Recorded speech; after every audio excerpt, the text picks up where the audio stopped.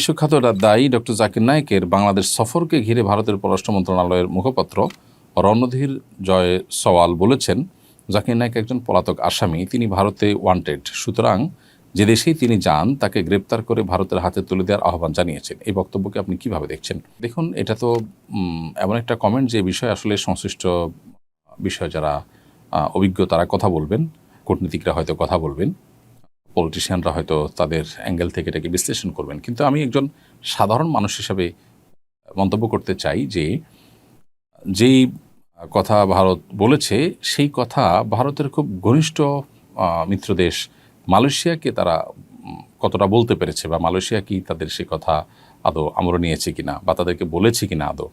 Malaysia তো doctor Zakir নায়েককে অত্যন্ত শ্রদ্ধার সাথে সেখানে তারা গ্রহণ করেছে এবং স্থান দিয়েছে।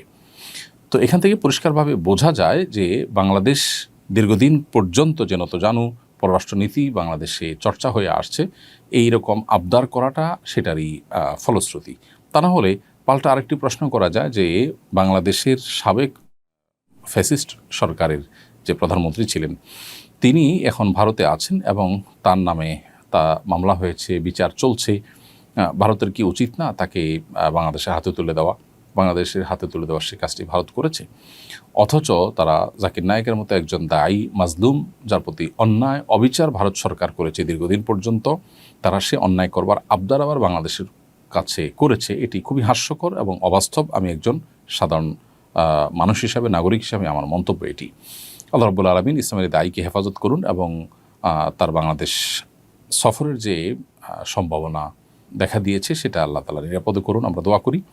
এবং এ বিষয়ে সংশ্লিষ্ট যারা আছেন প্রত্যেকে অবশ্যই তার সফরের নিরাপত্তার বিষয়টা নিয়ে ভাববেন এবং পরিকল্পনা করবেন এবং যথাযথ পদক্ষেপ গ্রহণ করবেন। কিন্তু কোনোভাবেই ভারত সরকারের এই দাবি অন্তত গ্রহণযোগ্য না। এটা খুবই হাস্যকর দাবি বলে আমি মনে করি। তারা যেটা নিজেরা করছেন না সেটা অন্যদের উপরে চাপাতে চাচ্ছেন এবং দীর্ঘদিন পর্যন্ত পররাষ্ট্র নীতিতে আমাদের যে নতজানু পররাষ্ট্রনীতি, বিশেষ করে বিগত 15-16 বছর যাবত আমাদের দেশে চর্চা হয়েছে, সেটার কারণে তারা এরকম আমাদের কাছে আবদার করবার সাহস করেছে। সম্প্রতি মেট্রো রেলের বিয়ারিং পড়ে এক ব্যক্তি মারা গেছেন। সরকার নিহত পরিবারকে 5 লাখ টাকা দেওয়ার ঘোষণা দিয়েছে। দুর্ঘটনায় নিহতের পরিবারকে ক্ষতিপূরণ দেওয়ার বিধান ইসলামী দৃষ্টিকোণ থেকে কি, দিলে তার পরিমাণ কেমন হওয়া উচিত?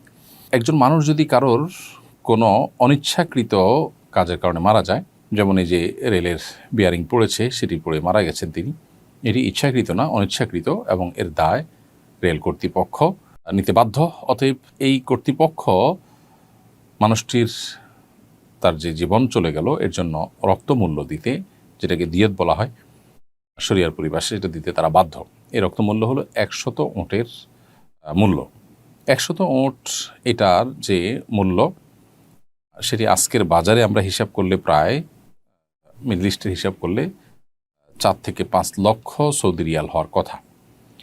তো সেটি বাংলাদেশি মুদ্রা যদি আমরা কনভার্ট করি তাহলে সেক্ষেত্রে অবশ্য বিভিন্ন বয়সে ওট দেওয়ার কথা এভারেজে আমরা বলেছি, সেক্ষেত্রে বাংলাদেশি মুদ্রা যদি সেটাকে কনভার্ট করা হয় সেটা 1.5 কোটি টাকা হওয়ার কথা প্রায়। অতএব এটা হলো ইসলামের শরিয়ার দৃষ্টিকোণ থেকে একটা মানুষের রক্তমূল্য। অতএব এখানে 5 লক্ষ টাকা কোনো বিচারেই এটা আসলে ক্ষতিপূরণ হতে পারে না। সেই পরিবারের একজনকে চাকরি দেওয়ার কথা আমরা শুনেছি, তাতেও আসলে একটা মানুষের জীবনের ক্ষতিপূরণ ক্ষতিপূরণ তো আসলে দেওয়া সম্ভব না, অন্তত গ্রহণযোগ্য লেভেলে ক্ষতিপূরণ দেওয়ার প্রচেষ্টা করা হয়েছে, সেটির মধ্যে এটা পড়ে না। মানুষের জীবনের মূল্য আসলে আমাদের দেশে এতটাই কম যে এটি বলার অপেক্ষা রাখে না। এখানে তো 5 লক্ষ টাকা দেওয়া হচ্ছে, বহু জায়গায় যার যায় তারাই বুঝে, আর বাকিরা কেউ আসলে সেটিকে নিজেদের ঘাড়ে দায় হিসেবে নিতে চায় না, এবং দায় চাপানোর মতো সেরকম আইনের শাসন আমাদের সমাজে নেই বললে চলে, যেটা দুর্ভাগ্যজনক বাস্তবতা।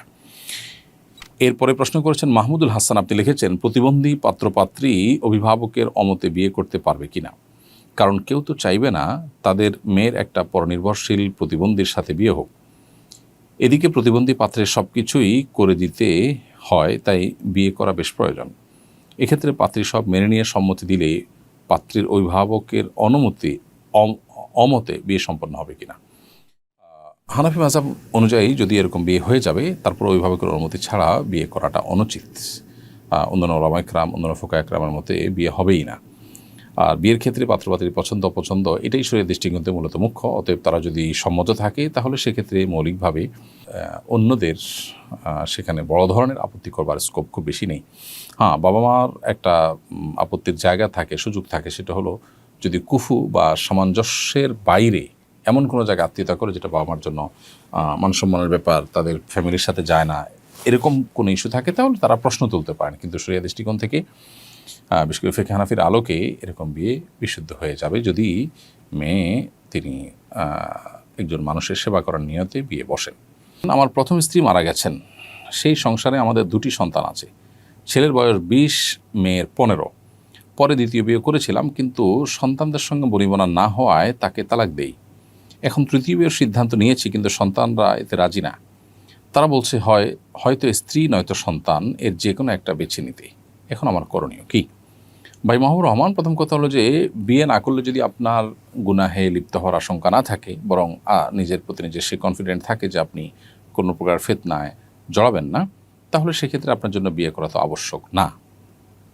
আর যদি ওরকম আশঙ্কা থাকে, নিজের প্রতি নিজের সে কনফিডেন্ট না থাকে, বরং ফিতনা জড়িয়ে যাওয়ার ভয় থাকে, তাহলে সেক্ষেত্রে আপনার জন্য বিয়ে করা ফরজ। তাতে সন্তানরা কী বললো না বললো সেটা আপনার দেখার বিষয় না।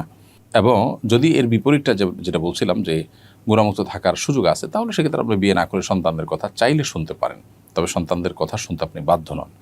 সন্তানরাও বাবার বিয়ের অধিকারকে খর্ব করার জন্য এরকম কন্ডিশন দেওয়া, এরকম হার্ড শর্ত দেওয়া, এটা তাদের জন্য মৌলিকভাবে অনুচিত কাজ।